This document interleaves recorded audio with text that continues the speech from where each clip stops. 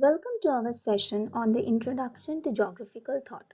Often, when people hear the word geography, they think of it as a static collection of facts, names of capitals, location of mountain ranges, or the shapes of coastlines.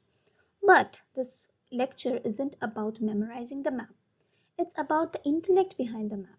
We will be asking, how did we grow from seeing the earth as a series of disconnected myths to seeing it as a measurable mathematical system?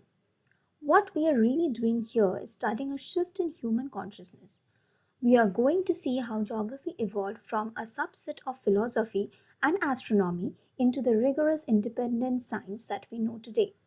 So, as we go through these slides, I want you to stop thinking of the Earth as a physical object for a moment and start thinking of it as an idea that has been constantly refined over the last 2000 years. To start, we have to recognize a bit of a paradox in our field. If you look at the first point here, geography as a specialized academic discipline we are seeing today is actually quite young. It didn't really emerge as a distinct professionalized department until the late 18th century. It was largely a product of the Enlightenment, where there was a sudden, massive push to categorize the world in a standardized way. However, that does not mean that the work of geography is new. The second point highlights that humans have been systematically studying the earth since at least the Greek era, but back then it didn't have its office in a university. It existed at a cross section with other fields. So, as we move through this lecture, keep in mind that we are looking at a dual history, a very ancient human instinct to map and understand our world, and a much more recent effort to turn that instinct into a formal scientific discipline. Now that we have established that geography is a blend of older tradition, let's look at the specific group of thinkers who turned it into mathematical science. When we talk about mathematical geography, we are looking at a lineage that starts with figures like Thales and Anaximander. These were some of the first thinkers to stop describing the world through the myths and start using geometry to explain its form. Then we have Aristotle, who you likely know from philosophy, but his contribution here was also crucial. He provided the physical evidence and the logical framework for a spherical Earth. As we'll see later in the lecture, this entire intellectual movement reaches its peak, its zenith, with Eratosthenes. Now, moving on from early Ionians, we have to look at Herodotus.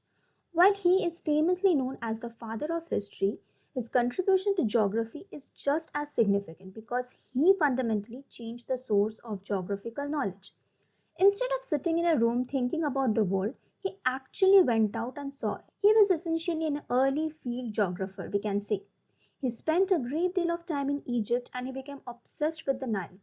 He wasn't satisfied with the mythological explanation of why the river flooded every year. Instead, he tried to understand the physical process behind it. He looked at how sediment was deposited, which led him to some of the first recorded theories of delta formation, and how land is literally built by water over time. He also ventured into early climatology. He noticed a pattern in weather and suggested that wind behavior was tied to temperature. Specifically, the winds originated in cold regions and moved towards the warmer areas. What's important to remember about Herodotus is that he didn't see geography as a separate from people. For him, you couldn't study a landscape without also studying the cultures that lived there. He was the first to really show us that geography is an empirical science, one that requires us to observe, record, and then explain the physical world. While Plato wasn't a geographer in the sense of mapping coastline, he provided the discipline with its most fundamental starting point, the shape of the earth itself.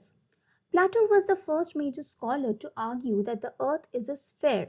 Now it's important to note that his reasoning wasn't based on satellite imagery or even complex measurement systems that we know today. It was largely philosophical. To Plato, the universe was a work of perfection, and since the sphere is the most perfect symmetrical geometric form, it stood to reason that the earth must be a sphere.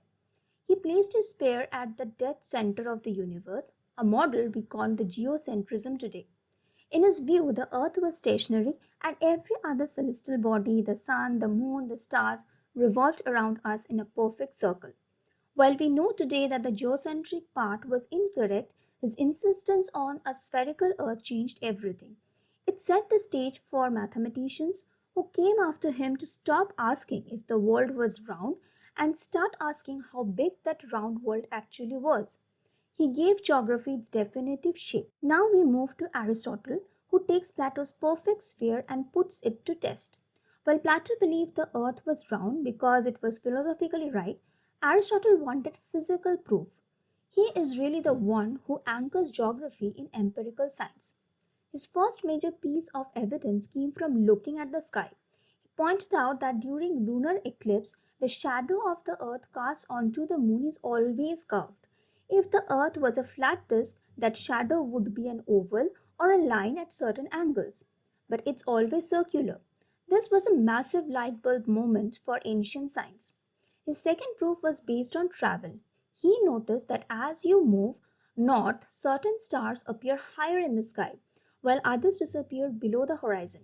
So Aristotle effectively ended the debate. He gave geographers who followed him the confidence to treat the earth as a physical globe. He moved us from we think it's sphere to we know it is a sphere, which finally allowed the next generation of scholars to start calculating its actual size. Eudoxus began to ask, how does this round shape affect the heat we feel from sun? He developed an early theory of climate zone based entirely on geometry. He used the word klima, which in Greek literally means slope or inclination. His theory was that the Earth's climate changes because the surface of the planet slopes away from the sun as you move towards the pole. Think about the logic here. At the equator, the sun is directly overhead, but as the Earth curves, the solar energy has to spread over a larger sloping area. Eudoxus realized that the steeper the curve, the colder the climate would become. While his models are still quite early, this was a massive breakthrough. He was the first to suggest that climate isn't random weather, it's a predictable pattern dictated by the mathematical shape of our planet. This laid the exact groundwork that Eratosthenes would eventually use to map out the specific climatic zone we recognize today. This brings us to Eratosthenes, who is essentially the zenith of the era. He is the first person to actually call himself a geographer, and his book Geographica became the standard text that defined the field for centuries. His most famous achievement, of course, was his measurement of the earth.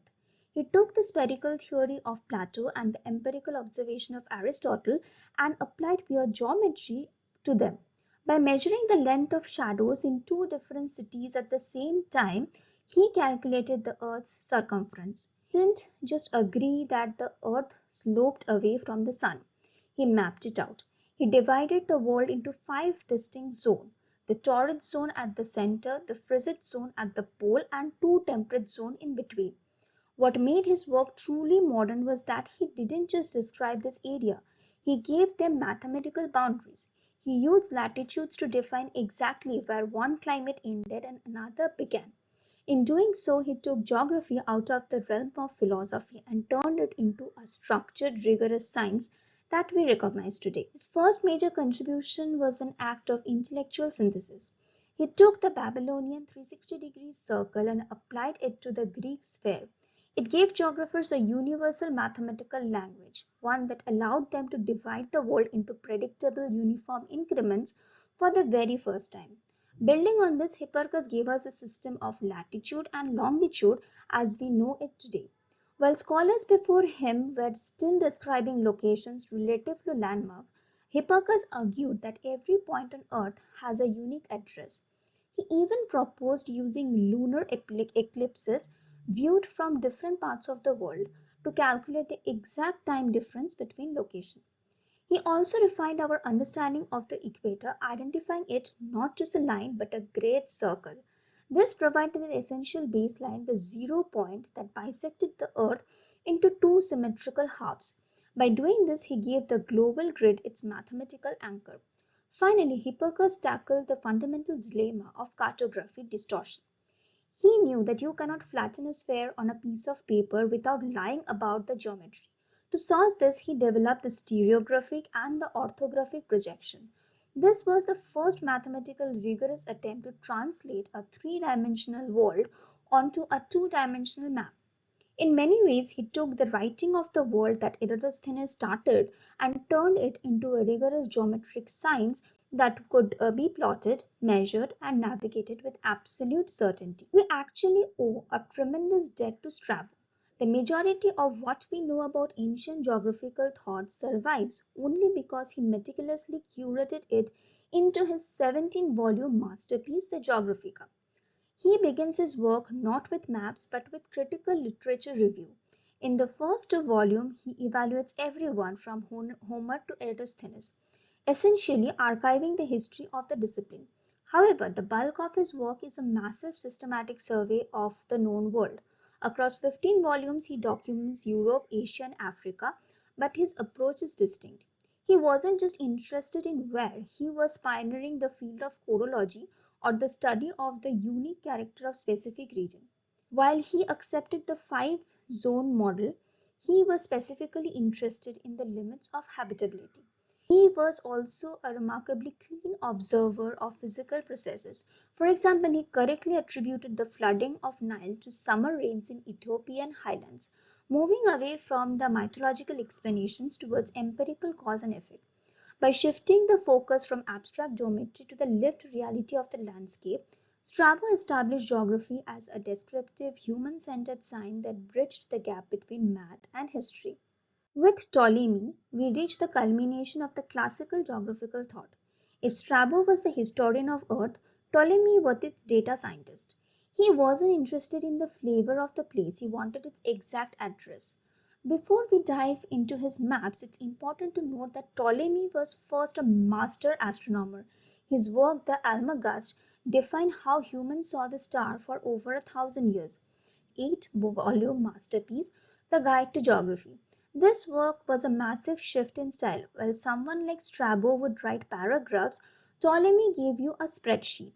Six of his 8 volumes were essentially just tables of latitude and longitude for known location. He took the 360-degree system and used it to index the known world into a rigid mathematical grid. In the first volume, he tackled the distortion of map projection, setting the rules for how to flatten the globe without losing accuracy. By the eighth volume, he provided the actual maps themselves. Now, Ptolemy wasn't infallible. He actually abandoned Eratosthenes' near perfect measurement of the earth for a smaller, incorrect one. But despite his mistakes, Ptolemy's work represents the peak of ancient science. He took centuries of scattered Greek and Roman knowledge and locked it into a mathematical framework that couldn't be surpassed until the Renaissance. Now we have to talk about Posidonius. He is a cautionary tale in the history of geography because he made two major contributions, one that was brilliantly right and one that was spectacularly wrong. Let's start with the mistake because it's one of the most influential errors in history. He decided to recalculate the Earth's circumference, rejecting Eratosthenes' map in favor of his own. He arrived at a figure that is about 25% too small, but this specific small Earth figure was the one Ptolemy eventually wrote down, and it was the map Columbus used. However, where he was wrong about the math, he was right about the environment. He was the one of the first to challenge Aristotle's long-held belief that equator was a burnt inhabitable wasteland. Posidonius observed that the most extreme heat and the driest desert weren't actually at the equator but at the temperate zones near the tropic. He realized that the equator actually had rains and clouds covered that moderated the heat. In doing so, he opened up the habitable world in the minds of geographers, proving that human life could exist much farther south than the Greek had previously dared to imagine. He traded Aristotle's philosophical assumptions for actual physical observations. We have traveled a long way today from Herodotus' early stories to the rigid mathematical grid that Ptolemy left behind. Looking back, we can see that the classical era didn't just give us map, it gave us a language to describe the earth, balancing that why of human history with the where of geometric precision. In our next session, we will see how this pattern was passed during the Middle Ages as we dive into the golden age of the Arabic contribution and follow the thread of geographical thought all the way to the 18th century. Thank you for listening, and if you want to know more, please follow.